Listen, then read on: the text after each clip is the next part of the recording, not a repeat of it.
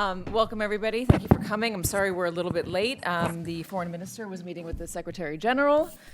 Ran a little bit long. We'll get an update on that, I'm sure. But we appreciate you being here. Again, this is a meeting, a conversation with Foreign Minister Giorgos Gerapetritis. Did I say that right? Absolutely. Okay, good. Of Greece. I'm Katy Tur, anchor of Katy Tur Reports on MSNOW. And a reminder that this meeting is on the record. So let us begin because the world is a crazy place. You know how it goes. If it's on record, you hear only like 20% of the whole thing. So you have to decide. I want to start with NATO and Donald Trump's threat to take Greenland. Do you understand it as over, or is it still looming? I think it's not over. I think there is a lot to discuss about it. We have a strong belief in NATO. This has been the foundation of the transatlantic relationship. It is part of the international security architecture of the post-war era. We do realize that we need to make some adjustments. I think there is a legitimate ground concerning the Arctic security, so we can hear this. On the other hand, we need to work on further details, how to enhance security, and this is something that we have to decide within NATO. We all realize that the Greenland issue is something which is of critical importance for the Europeans because of Denmark, obviously. So this, we do have a very strong belief about it, but definitely there is plenty of room for dialogue with the American administration, and I think that this is going to be a constructive dialogue.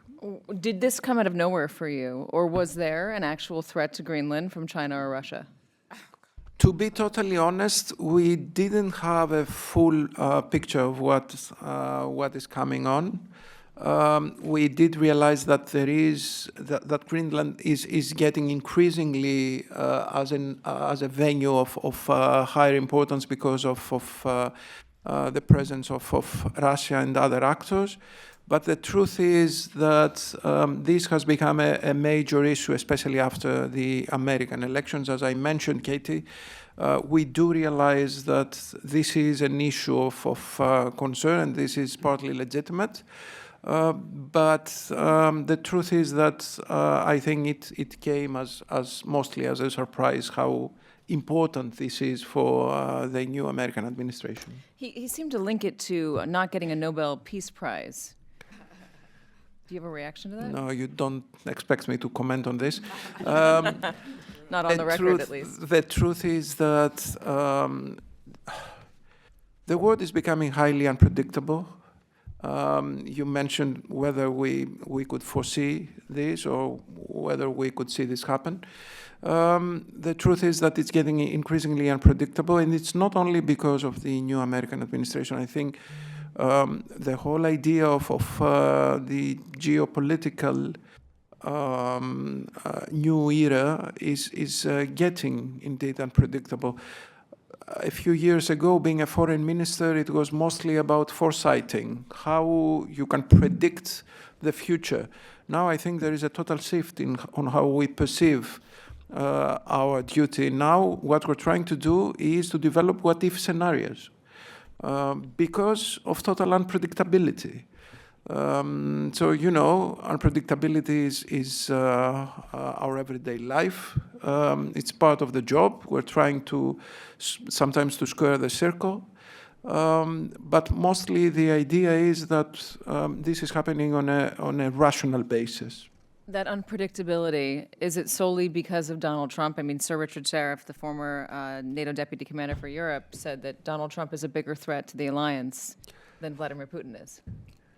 No, I cannot say this. The truth is that for us Europeans, Putin is a credible threat. And, you know, it's not only because of the Russian aggression of Ukraine, but it's also because of many other incidents happening in Europe, including hybrid threats.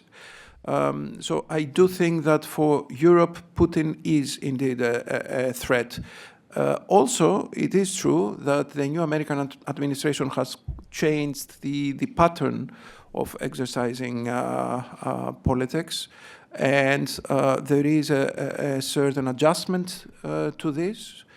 In a sense, Katy, I feel that the new type of the American administration political behavior also brings into light some of the deficiencies of the security architecture, such as, for example, the obvious imbalance concerning the burden setting on NATO. And we all agreed that we need to actually revisit the basics of burden setting in order to become mostly on a fair basis. But the truth is that unpredictability is a multipolar issue that cannot be attributed to a single factor. When you're talking about shouldering the burden, Donald Trump was very clear what he wanted last time around when he was president, 5%. Do you think he's clear now about what he wants from NATO in order to, in his words, make it stronger? I think we have a very clear idea. Greece, as you know, because of the geography and the geopolitical aspects, we do spend a lot on our defense. We are well above 3% for the last many years. So it's not going to be a huge surge for us. But I think for many Europeans, this is going to be a relatively difficult task. As I mentioned, Katy, I think it is imperative in light of the new doctrine that we're trying to develop in Europe, the doctrine of strategic autonomy, to actually take on our soldiers the basic task of defense. Now we have a 3.5 and 1.5. The former being the critical defense infrastructure, whereas the latter is mostly the collaterals relating to defense. I think there is a very clear roadmap to this, and I think this is going to be mutually beneficial. Let's talk about Russia. The administration has largely sided with Russia on what Russia wants out of Ukraine. They are talking to try to come to some settlement. Do you believe that if Russia is able to get the Luhansk, the Donbass, what it's asking for, that's where it ends? You know, we speak of unpredictability, so you never say never in our job. The truth is that in order to have a sustainable peace, we need to have a fair agreement for all parties. History has proven that on many occasions when we have a humiliating agreement, this was essentially the triggering for further uneasiness. So for me, it's really important that we, in Ukraine, we have a fair and honest agreement, which reflects the basics of international law, including sovereignty of Ukraine. You cannot impose an agreement that is very unilateral, that is humiliating, and then expect that this agreement is going to last forever. Peace with honor is what you're talking about. Indeed. Let me ask you about Article 5, because there is some concern that if Vladimir Putin believes he can get what he wants out of Ukraine, that he's going to continue. He's already crashed drones on NATO territory. NATO has not done anything about that. Do you have confidence that if he were to invade or step into a NATO country, maybe one of the smaller NATO countries that he wants back, that the alliance is ready to fight back? And that alliance, are you confident, will it be backed, and will Article 5 be backed by the U.S.? I am pretty confident that Article 5 will be triggered. Why? In such a case, because I think that the transatlantic ties are still quite reliable and credible. I know that there has been some serious challenge on the part of President Trump and his administration, but I think when it comes to the actual fundamentals of this relationship, which has been the essence of post-World War II security architecture, I think we all share the common belief, the common mindset. And I think this solidarity will be proven. When we're discussing about the future of NATO, I have the feeling that we're not discussing about a total rupture, but mostly about a transition. To what? A transition to a more functional, I think, organization that, as I mentioned, fair burden setting, will be the essence. The truth is that us Europeans, we need to take more burden when it comes to the security of Europe, of our neighborhood. And this is, I think, only legitimate to believe. But when there is a moment of crisis, I think that the whole of the Western world will be allied. Is that diplomatic speak for saying that you don't entirely trust the United States and that Europe needs to learn how to defend itself? I mean, the French foreign minister is basically saying that. He was hitting back against Mark Rutte, who said that NATO can't exist without the U.S. To be totally honest, this idea of strategic autonomy of Europe is not a new concept. It's a concept that has been developed in the last at least 5 years. So it's well before the election of President Trump. So the truth is that after the Russian aggression of Ukraine, in Europe, we see things very differently. It hasn't happened in Europe after World War II that we had a war so close to us within the heart of Europe. So for us, it came as a shock because, you know, the idea of the European Union especially was the idea of building peace upon economy. And we didn't have that type of incidents. And, you know, when you have a war which is well within your borders, you just see things differently. So for us, strategic autonomy, it's becoming steadily an existential issue. It's not related to the new American doctrine, and I think for us is very vital to actually develop it. Strategic autonomy obviously does not only relate to deterrence, it also relates to finance, to competitiveness, to trade. And I know that you're going to ask me about the trade agreements of the European Union. But I think it's a whole system of actually revisiting the fundamentals of Europe. I do want to talk about the mother of all deals in a moment, but let's talk about Greece's strategic positioning and liquid natural gas. You guys want to be the gateway into Europe. Give us an update on the ports, the terminals. Where are you guys at? Actually, we're very well located. It's not a coincidence that ancient gods preferred Greece out of any other country. And this is first because we have a very key central role between three continents. Essentially, we're at the edge of Europe, but very, very close to Africa, to Middle East, to the whole of world. We do have very strong infrastructures and especially ports, with the port of Piraeus being probably the strongest ports within the Mediterranean. We have developed energy as a key factor for our policy. And now Greece has become an exporter for the first time in our history. We were clear importers for decades, and just last year we became exporters. We have diversified our energy mix. After the Russian aggression of Ukraine, we took a very firm decision to actually develop a new energy strategy, not to over-rely on certain states. So now we are relatively autonomous on our energy production. We have more than 50% coming from renewable energy sources.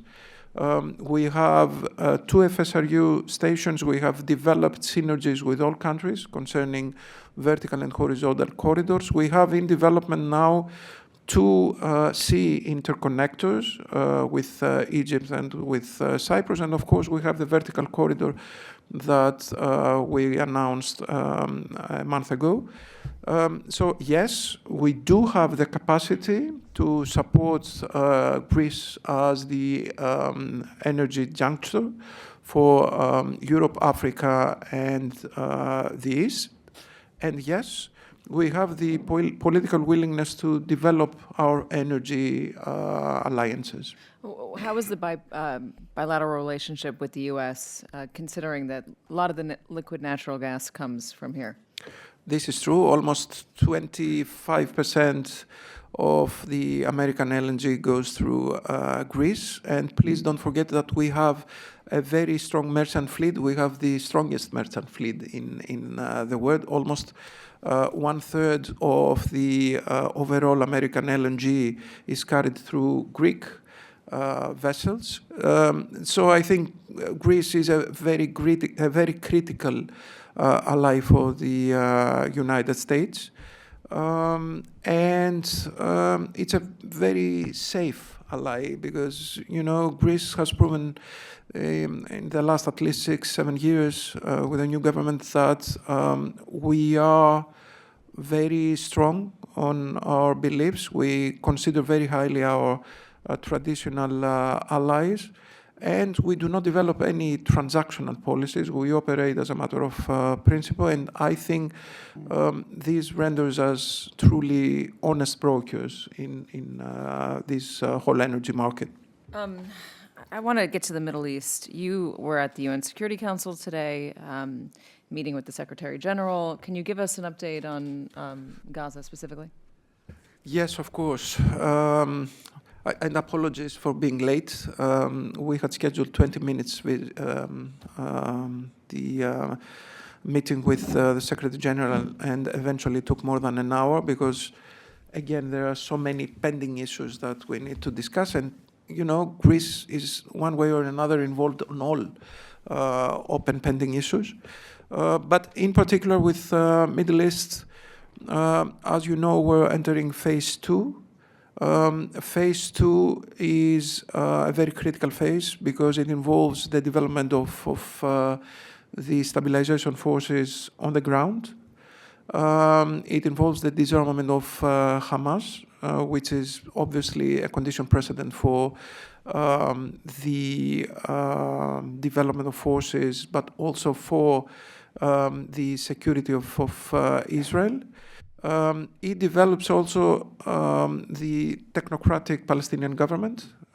It is very important that there is a very clear roadmap concerning the necessary reforms of the Palestinian Authority and the Palestinian governance.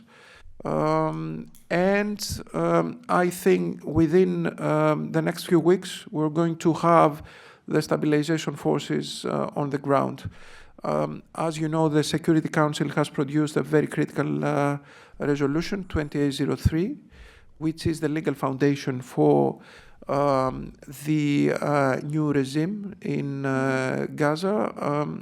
Greece is going to play an active role, both in terms of the humanitarian aspects of the issue, as well as the stabilization and the reconstruction. At this very moment, we have developed many mechanisms concerning the humanitarian aspects. We host a number of Palestinian children in our hospitals. We provide strong humanitarian aid. Only a month ago, we visited Ramallah, and we had a very good meeting with the Palestinian Authority and the President Abbas. We have very strong traditional ties with the whole of the Arab world.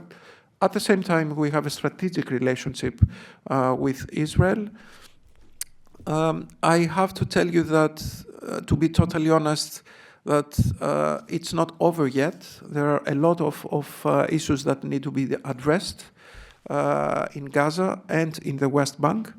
But I can say that I am moderately optimistic about the eventual outcome in Gaza. We envisage a coexistence, a peaceful coexistence of Israel with the state of Palestine once this situation is cleared. Moderately optimistic is saying a lot for the region and for that area. What's your most pressing concern? You mean about Gaza? Yeah, about it becoming for me, the most stable. important, for me, the most pressing need now is the scope of mandate of the ISF, of the International Stabilization Force. Who's going to make up the International Stabilization Force? This is going to be under the umbrella of the Security Council resolution, but this is going to be a decision of the Board of Peace. As you probably know, the UN Security Council resolution gave the authority for the establishment of the Board of Peace and the ISF. So there is going to be a chain of hierarchy, and the eventual commands will be made by the authorities. Expand on that. What is the tension between the Board of Peace and the Security Council? Well done. Okay. This is not very encouraging, hearing laughter after the questions and expecting a reasonable answer.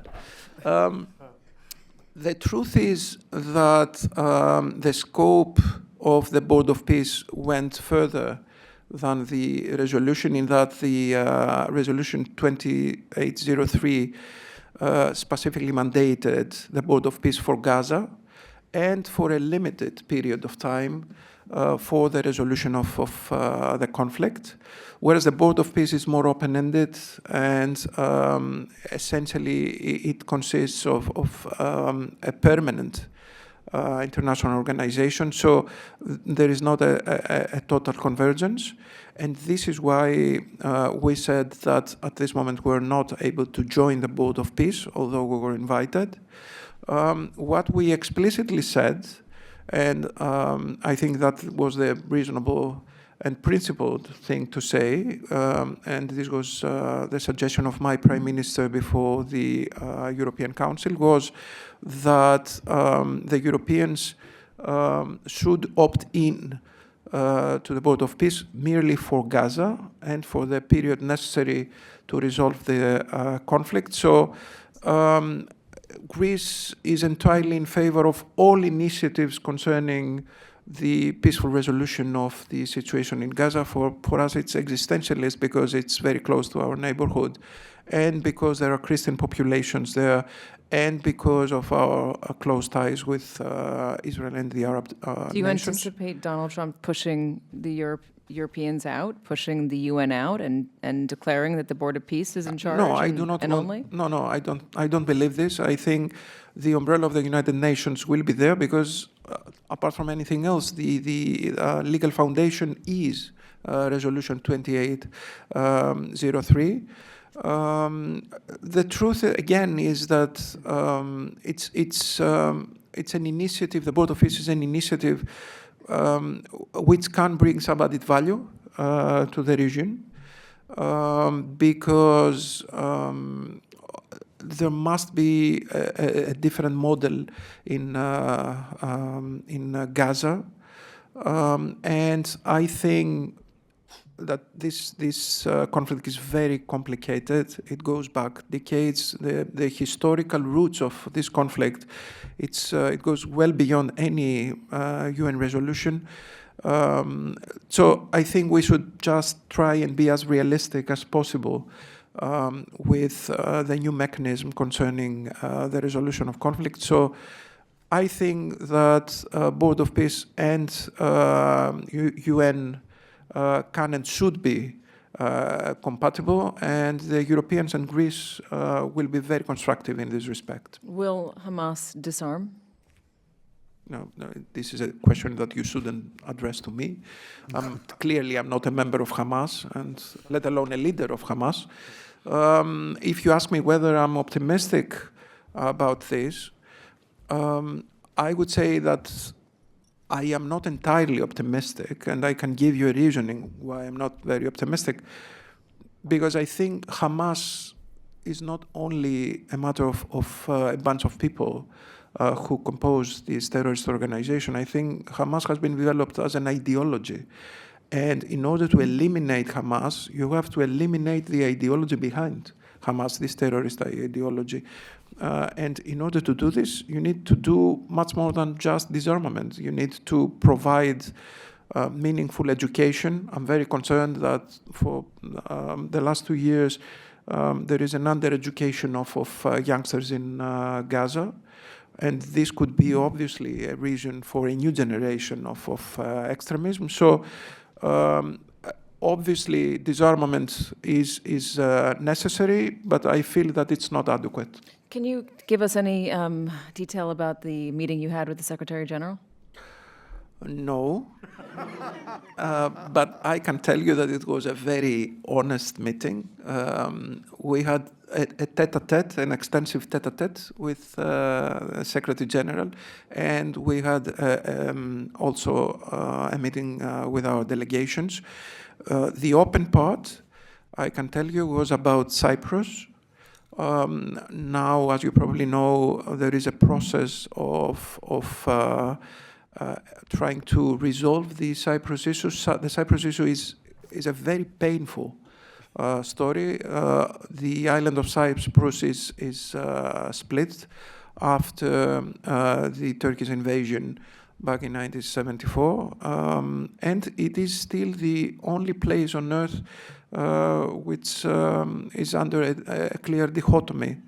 So I think it's important. It's a great signal, I think, for the world if the United Nations could make it to have sustainable resolution of this long-standing dichotomy on the island. Yet we do understand that in the same way as in Gaza, in Cyprus, the situation is very difficult.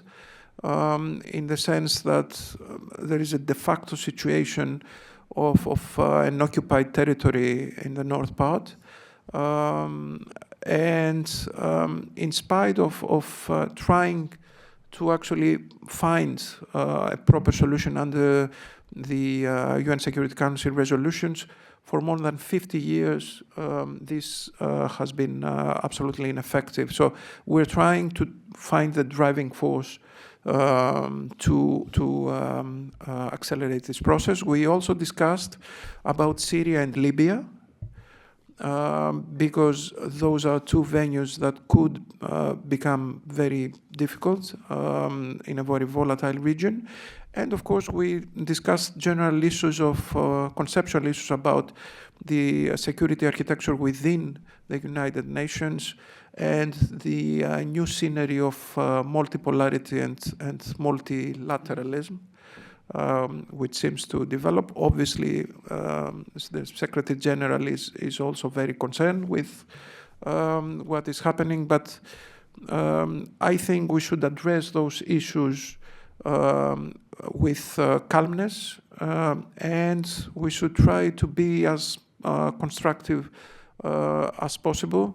I do believe, as I mentioned, that we are in a transitional period, and we need to address the root causes of malfunctions even within the United Nations. We are fully supportive of UN80, the agenda concerning reformation of the decision-making within the United Nations. I think that there is a very wide agenda. For me, it is important to keep on the constructive dialogue concerning the international multilateralism. I do not want to believe that this is actually a dead story. I think multilateralism has a lot to give us, mostly because, Katy, the vast majority of problems nowadays, they are transnational. Be that armed conflicts, there is not a single conflict where there is not an external actor, or climate crisis, or food insecurity, or international terrorism. So I don't think that there is any nation, no matter how powerful it is, that could produce a positive result unless there is a very wide consensus on this. So on that note, Europe is looking outside of the United States on a number of different issues, including on trade. Tariffs have clearly pushed Europe to reconsider their trade relationship. You just signed, or the EU just signed, the mother of all trade deals, is what it's being called, with India. Does that set you on a path to try to free yourself from the need for trade deals with the United States? Okay, this is clearly a provocative question, but I will try to be rational with this. You did get an American journalist. No, it is your job to be provocative. I really appreciate that. And you know that I'm not a politician, I'm an academic. So for like 20 years, I based my thinking on rationalism, and now I have to become a politician, which is not Which is fundamentally irrational? No, but it's not a privileged territory of rationalism, I would say. Now, coming to international trade, in Europe, the truth is that we do not like tariffs because we firmly believe in free trade. And this is a matter of ideology, and we do have now the experience to talk about free trade because the post-war era in Europe was essentially based on free trade. The idea of European communities, later European Union, is exactly the idea that economy could support a non-war situation in Europe. So for us, this is about the essence of our way of thinking, of our mindset. And this is why we are trying to actually mitigate the impact of tariffs, and we are in constant discussion also with the United States concerning this issue of tariffs. Now, in the last few weeks, we had two amazing treaties concerning free trade. The first concerning Mercosur, and the second with India. Although there are some setbacks with Mercosur, I think it's an equally important free trade agreement. Now with India, it's of utmost importance for us. Both agreements have been negotiated for more than 25 years. And it could be the driving force of the new era of international trade, but they're both very long-awaited agreements, so we're very happy about them. It's a market of about 2 billion consumers, the free trade agreement with India. For us in Greece, it's important because it opens a market of 1.4 billion. And especially when it comes to some really important products, Greek products, and especially agricultural products. It's really important to try and diversify the trade.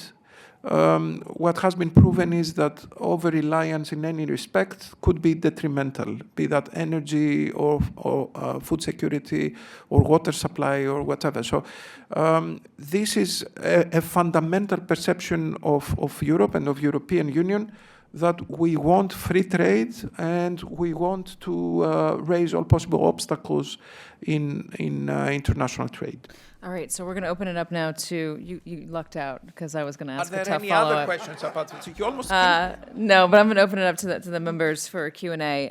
If you would like to ask a question, turn your placard over to its side, and then when I call on you, say your name into the microphone and give us your affiliation as well. James. Hi, thank you very much, Mr. Minister, for being here. Just a quick question on the fiscal and economic outlook of Europe. Are you concerned generally with France and Germany's current position, the rise of far-right parties, and the future stability of the euro? And if so, what do you think the impact would be on Greece's general economic outlook? I will start with the good news concerning my country. As you probably know, we're doing a very good job when it comes to economy. We are champions when it comes to growth, to reduction of unemployment, to reduction of debt towards GDP. We have some very good macro indicators, and this is why we've been rated very highly. Economic stability is very good in Greece, and this goes side by side with political stability. You know how it goes in Europe. and I will try to just place your question into the broader political scenario in Europe. In Europe, we do have a lot of governments which are coalition governments, and this is a political problem. If combined with the rise of extremism also in Europe, in some parts of Europe. So the problem is that many countries do have problems of political stability and political pressure, and that could create some problems. And we see, for example, even in strong countries like France or Italy or Belgium, having problems of political stability. Now, the truth is that we do have a lot of concerns. Even in Greece, we have a lot of concerns. For example, we had some strong riots concerning the agreement, the Mercosur agreement, in the same way that there are some strong riots in France as well. And that especially happened with farmers in Greece. And this is a very critical issue because of its link to the issue of food security. I think at the moment the situation seems to be relatively stable in Europe, both in France and in Germany. But it takes a lot of energy to actually maintain this position. Sometimes the truth is that we do have contradicting interests in Europe. This is something that probably is unknown in the United States because of the situation. But, and I'm not saying this in an ironic way, but, you know, like in Europe, there are 27 EU member states. There are some serious discrepancies between South and North, between East and West, and we try to converge as possible. But the truth is that we're relatively far from economic convergence, and this might jeopardize the social cohesion. But at the end of the day, we make it to survive. And I think that the European project has not expired in spite of problems. Gerapetritis? I thought you were going around the table. Mr. Minister, thank you again for your comments. And I have two questions. One is... Mic, please. The mic. I did press the button. Can you hear me? Bring it up to your mouth. Okay, very good. My question is with reference to your meeting with the Secretary General and the Board of Peace proposal that the Security Council had agreed to. Is there any chance, given what happened in Davos, that there would be a Board of Peace under the UN administration? That's the first question, and then... The truth is that under the resolution of the Security Council, there was not in the first place the idea that the United Nations would have the lead in this project. The lead would be assigned to the Board of Peace, led by President Trump and including also Tony Blair. So what the Security Council did was to provide the authorization in order to establish the Board of Peace. The question is whether there is full compatibility between the resolution and the actual establishment of the Board of Peace. I think there could be, it is reasonable to expect that there could be alignment. And this is why our proposal, I mean the Greek proposal to the Europeans, is that we opt in for Gaza exactly in order to make the bridge with the Security Council resolution.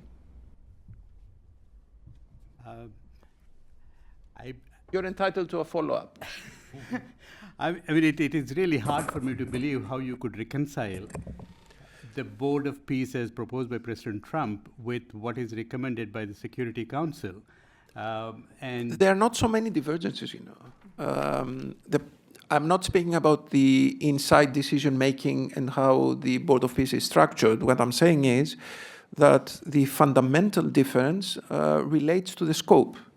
And this is for us very critical because we think that the Board of Peace should focus on Gaza and Gaza only, and should not be open-ended, and conceivably embrace any kind of conflict. So I do not really think that there is a huge jump that we need to take in order to make it aligned. Right.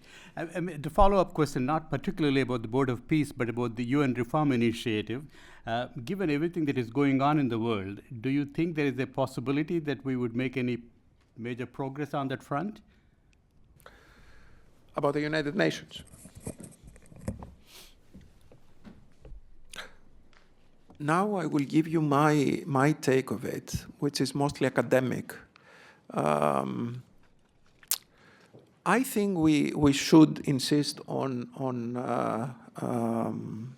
multilateralism.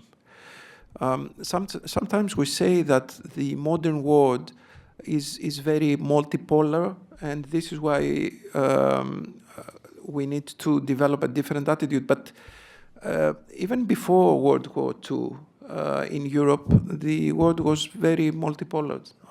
And the lack of multilateralism essentially resulted in a war, in a global war. So I comment on international multilateralism. For me, is absolutely essential. If you ask me whether adjustments are required in order to have a more effective mechanism, the answer is in the affirmative. By all means, we need to revisit the international multilateralism, but we cannot abandon it. To be honest, I cannot accept the idea that might makes right. This is not my attitude, and this is not I think, the attitude of the Western way of thinking. What I insist on is not that we abandon realism. What I sustain is that we need to have a value realism. It would be, it could be of the outer space if I came to you and say that everything is right and we have an outstanding relationship now and everything is calm and there is a fruitful future.